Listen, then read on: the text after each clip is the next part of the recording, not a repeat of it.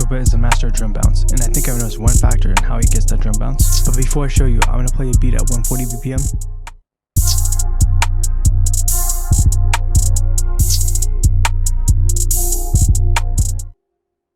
Now I'm going to slow the tempo down to 117 BPM.